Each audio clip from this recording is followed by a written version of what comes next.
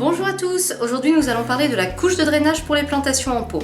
À quoi ça sert? Pourquoi est-ce qu'on fait une couche de drainage? Est-ce que c'est vraiment utile?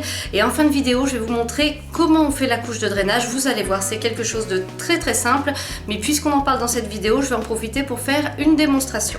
Premier point, est-ce que la couche de drainage c'est vraiment utile ou plutôt superflu? Alors je vous explique, quand on fait une plantation en pot en général, on vient mettre une coupelle sous le contenant pour récupérer l'eau d'arrosage.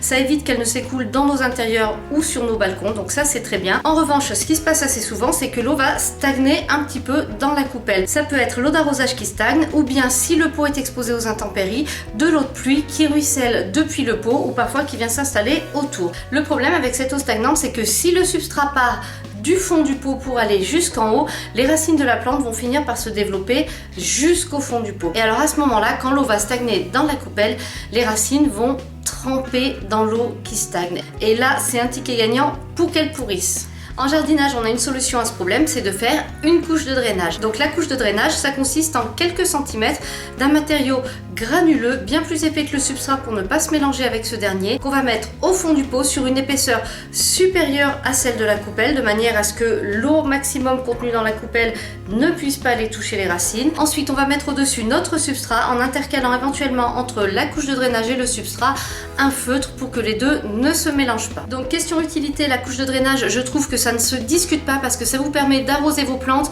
ou de les laisser sous l'eau de pluie sans vous inquiéter si votre coupelle est pleine. Vous n'êtes pas obligé de la vider à chaque fois, et ça je vous assure que quand on a pas mal de plantations sur le balcon ou dans son intérieur, c'est vraiment quelque chose de pratique. Maintenant on passe à la seconde partie de la vidéo, je vous montre comment on réalise la couche de drainage. Avant de commencer votre plantation et l'établissement de votre couche de drainage, assurez-vous que votre pot est suffisamment percé pour laisser s'écouler correctement l'eau d'arrosage. Maintenant, on va venir remplir le fond de notre contenant avec le matériau qu'on a choisi comme couche de drainage. Alors moi, j'avoue avoir une préférence pour les billes d'argile parce qu'elles sont beaucoup plus légères que le gravier, par exemple. Et sur un balcon, il est important de ne pas surcharger en termes de poids. Pour savoir jusqu'à quelle hauteur monter votre couche de drainage, référez-vous à la hauteur de votre coupelle. Il faut que la couche de drainage soit un petit peu plus haute. Si nécessaire, aplanissez votre couche de drainage pour qu'elle soit bien horizontale. Une fois que la couche de drainage est en place, on peut passer à l'étape suivante. Alors ça, je vous avoue, c'est une étape que j'ai tendance à zapper dans 90% des cas, puisque je trouve que ce n'est pas forcément utile, c'est l'installation d'un feutre géotextile. C'est un film qui a comme un aspect de tissu qui ne se déchire pas facilement et qui est perméable à l'eau, c'est-à-dire qui laisse passer l'eau du substrat à la couche de drainage qui est en dessous. Ce film, en général, on s'en sert soit quand on veut planter une plante de terre de bruyère en pleine terre, pour isoler la terre de bruyère du sol qui est autour, ou alors on s'en sert aussi quand on veut faire une allée de gravier. On met le film géotextile entre la terre et les graviers, ça évite la pousse de mauvaises herbes. Et là, dans le cas de la couche de drainage, le film permet d'assurer que le substrat ne va pas aller se glisser entre les billes de drainage ou entre les graviers qui servent à faire le drainage.